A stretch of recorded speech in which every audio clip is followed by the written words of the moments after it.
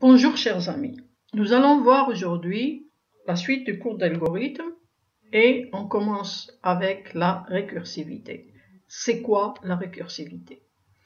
La définition d'une fonction, on l'a vu déjà. Maintenant, il faut voir c'est quoi une fonction récursive. Une fonction récursive est une fonction qui a fait appel à elle-même et retourne un résultat.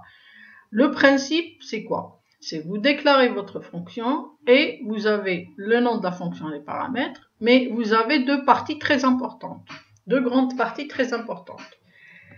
Si cas particulier, alors le cas de base, nous avons on a ce qu'on appelle le cas de base, c'est le problème le plus petit des cas récursifs. C'est le cas concret, le sous-problème le plus petit. Voilà ce cas particulier-là.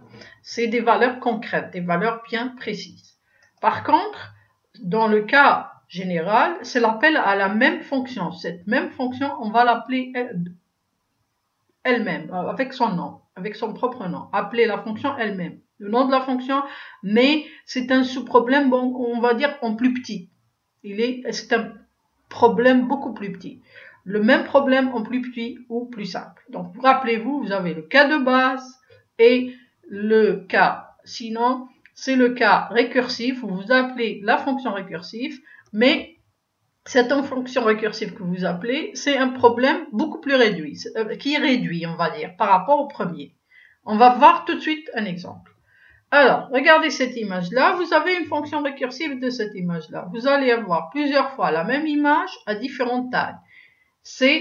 On va dire que c'est un problème récursif. Pourquoi? Parce que, regardez, à chaque fois, on réduit jusqu'à arriver à la fin de la taille de cette image-là. Ça veut dire que on commence avec une grande taille jusqu'à arriver à la petite taille de l'image. Si vous voulez, c'est une image récursive et nous démarrons, nous avons le cas général et nous avons le cas de base.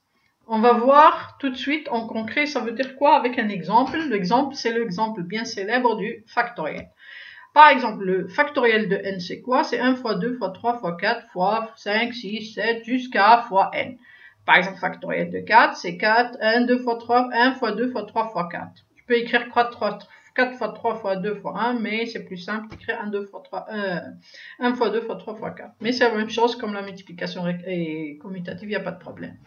Alors, la fonction factorielle, la voilà. Le n, c'est le nombre, c'est le paramètre, et la fonction elle-même, c'est un entier. D'accord? Si conditions particulières, allons le cas récursif. On va chercher le cas récursif, sinon on va voir, le cas de base, le cas non récursif, sinon on va voir le cas récursif. On va appeler le factoriel avec d'autres paramètres, et rappelez-vous, on a dit que c'est un problème beaucoup plus simple ou beaucoup plus réduit, qui est plus réduit. Comment trouver l'idée? D'accord?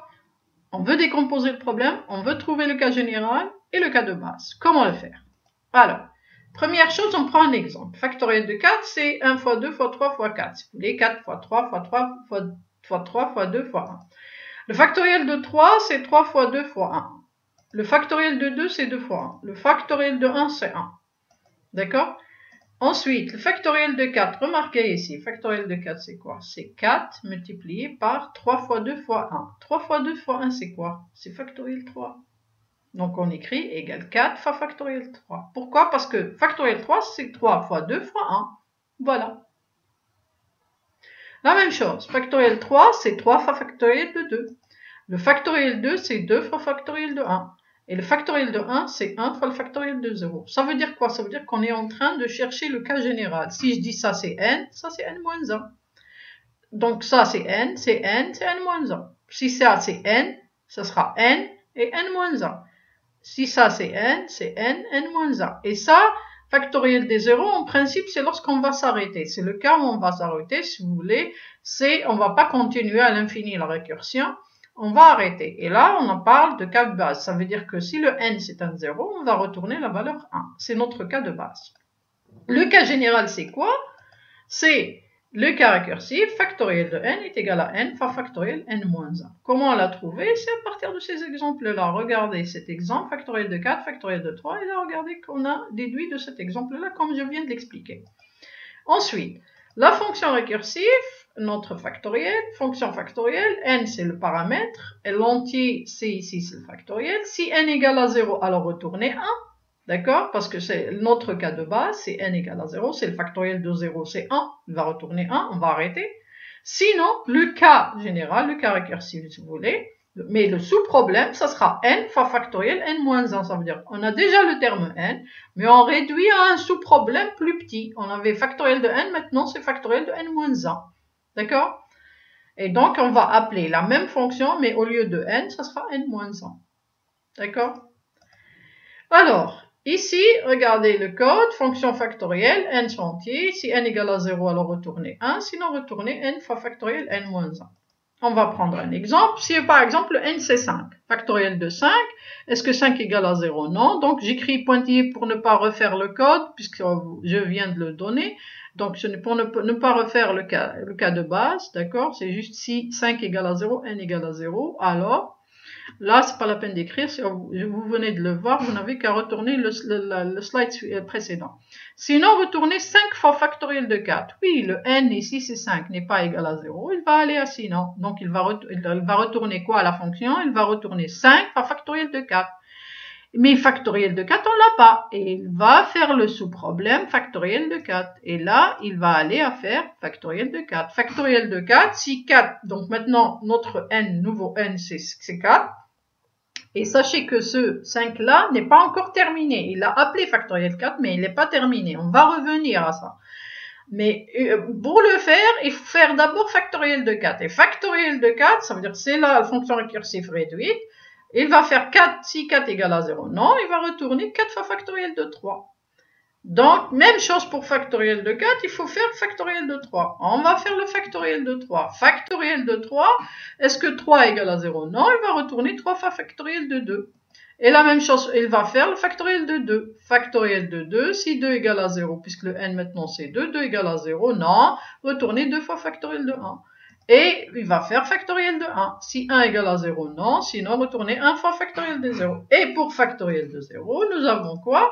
Nous avons, si 0 égale à 0, le retourner 1. C'est la première fois qu'on passe au cas de base. On n'est pas allé au sinon, on n'est pas allé à si.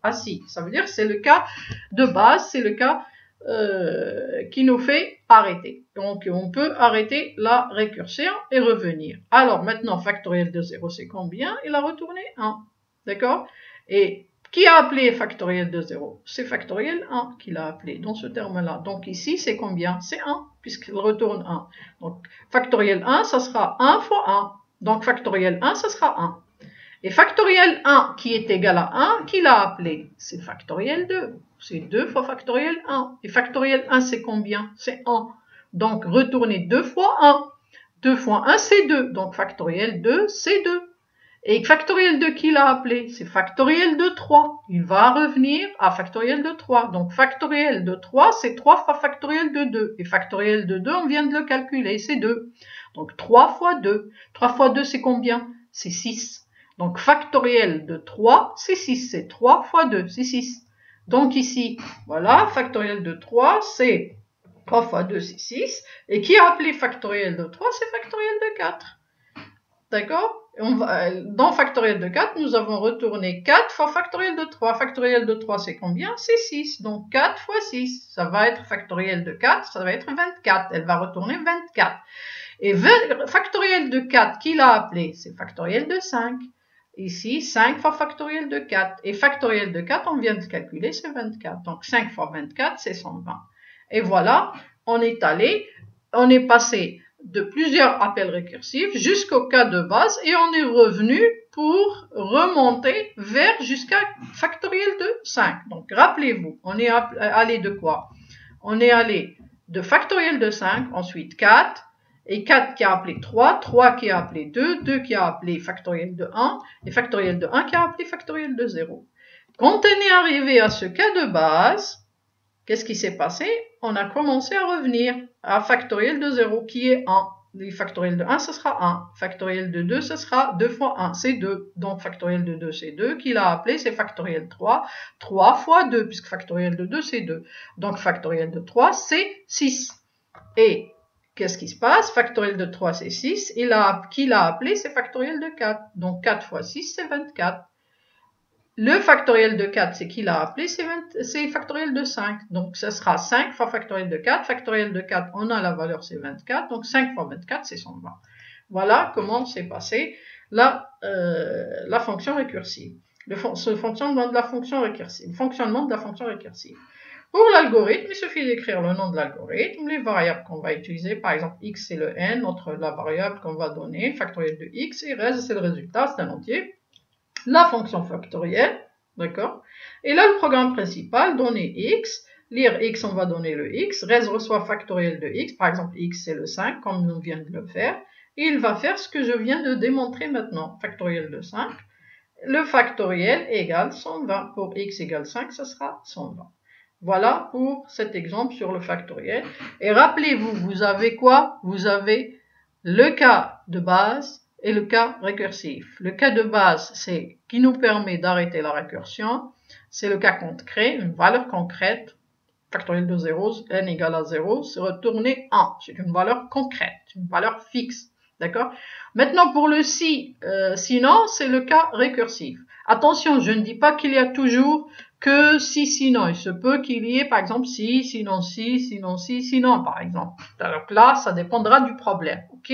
Mais toujours est-il, rappelez-vous, il y a le grande partie, le cas de base et le cas récursif. Maintenant, s'il y a plusieurs si, sinon, c'est en fonction du problème, mais ça obéit à la même forme générale. Voilà pour cet exemple sur la récursivité, pour le principe de récursivité. Je vous remercie de votre attention et à la prochaine.